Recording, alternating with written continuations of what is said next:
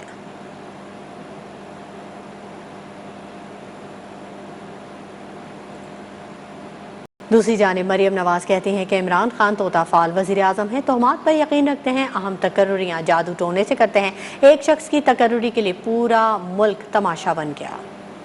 مسلم league نون کی نائب صدر مریم نواز نے اسلام آباد ہائی کورٹ کے باہر میڈیا سے گفتگو کرتے ہوئے عمران خان کو طوطا فال وزیر اعظم قرار دے دیا. کہا کہ عمران خان تہمات پر یقین رکھتے ہیں، ملک کی اہم تقرریاں جادو ٹونے سے کرتے ہیں، عوام کی بھلائی کے لیے جادو ٹونا کیوں استعمال نہیں کرتے.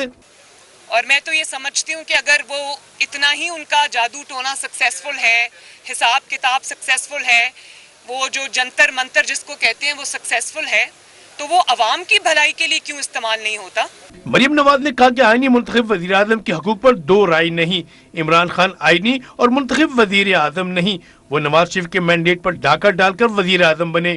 عمران خان صاحب نہ وہ آئینی وزیر اعظم ہے نہ وہ منتخب وزیر اعظم ہے، بلکہ وہ ایک ایسے شخص ہیں جو نواز شریف کے مینڈیٹ پہ ڈاکہ ڈال کر آج وزیر اعظم کی کرسی پہ قابض ہے. مریم نواز کا کہنا تھا کہ شیر کی کھال پہن کر کوئی شیر نہیں بنتا. عمران خان کا اصول اور جمہوریت سے کوئی لینا دینا نہیں ہے. عمران خان کو سیاسی شہید بننے نہیں دیں گے، انہیں اپنی سازشوں کا جواب دینا ہوگا. PTI کا مریم نواز کی میڈیا ٹاک پر شدید رد عمل. وزیر اعظم کے معاون خصوصی شہباز گل نے مریم نواز پر تنقید کے تیر برسا دیے.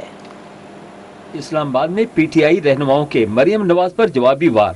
وزیر اعظم کے معاون خصوصی شہباز گل بولے، سیاسی چڑیل جنات اور جادو ٹونے کے تانے دے رہی ہے، لیکن عدالت کو یہ نہیں بتا رہی کہ پیسہ کن جنوں اور چڑیلوں نے باہر منتقل کیا. سیاسی چڑیلیں بھی اب جادو ٹونے کے اوپر آنے دے رہے ہیں. شہباز گل نے سابق وزیر اعظم نواز شریف پر بھی گولہ باری کی. پوری کوشش کر کے نواز شریف نہیں بن سکتا، کیونکہ نواز شریف بنا نہیں جا سکتا، نواز شریف پیدا ہوتا ہے. زرتاج گل نے کہا مریم نواز نیب اور عدالتوں پر حملے کے بجائے سوالات کا جواب دیں.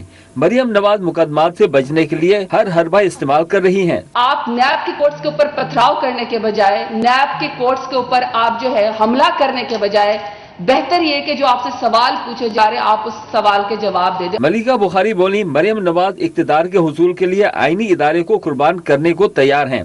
وہ پاکستان کے نظام عدل کا مذاق اڑا رہی ہیں. سیاست کا نوٹس لیا جائے، یہ نظام عدل کا مذاق اڑا رہی ہیں، یہ پاکستان کی عوام کا بھی مذاق اڑا رہی ہیں اور بتا رہی ہیں کھڑی ہو کر ہر ادارے کے ممبر کو اور الیکٹڈ گورنمنٹ کو کہ میں قانون آئین کی دھجیاں توڑوں گی. PTI رہنماؤں کا کہنا تھا کہ مریم نواز کو ویڈیو بنا کر لوگوں کو بلیک میل کرنے کا شوق ہے. گالی گلوچ بریگیڈ نون لیگ کا ترجمان ہے. سلسلے کو آگے بڑھاتے ہیں اور رخ کرتے ہیں جھنگ کا، جہاں کے عوام کچرے اور گندگی سے پریشان ہیں. ہمارے نمائندے انصر عباس ہمارے ساتھ موجود ہیں، ان سے مزید جانیں گے. انصر، اپڈیٹ کیجیے گا. میں اس وقت موجود ہوں جھنگ کی مین برانچ ہے گنگا بیرا سکول. یہاں پر اگر ہم آپ کو بتاتے جائیں کہ ڈینگی کے حوالے نے یہاں پر جھنگ میں جو ہے ڈینگی نے سر اٹھا لیا، اور اس وقت جو ہے جھنگ ضلع بھر میں 22 سے زائد مریض جو ہے مختلف ہسپتالوں میں جو ہے ڈینگی کے داخل ہیں. تو اس حوالے سے یہاں پر جو اس سکول میں کھڑے ہیں، اس کے بالکل گیٹ کے اور چار دیواری کی چاروں طرف جو ہے گندگی اور کوڑا کرکٹ کے انبار لگے ہوئے. اور یہاں پر پچھلی دور حکومت میں جو ہے سیوریج کا کام شروع ہوا تھا، جو اتحال مکمل تو نہ ہو سکا، مگر مقامی سیاسی قیادت کی نااہلی اور ظلم کی انتہا کے اس سکول کے سامنے جو گرانٹ کا کام ہونا تھا وہ کام یہاں سے دوسری جگہ جو ہے اپنے ذاتی ورکر کو خوش کرنے کے لیے شفٹ کر دیا گیا. جبکہ یہاں پر لوگ جو ہیں وہ تو دور کی بات سراپا احتجاج ہیں ہی، یہاں کے بچے جو ہیں وہ بھی اس گندے اور سیوریج کے پانی سے محفوظ نہیں. اے روز بارش آنے کی وجہ سے. بہت شکریہ انصر عباس.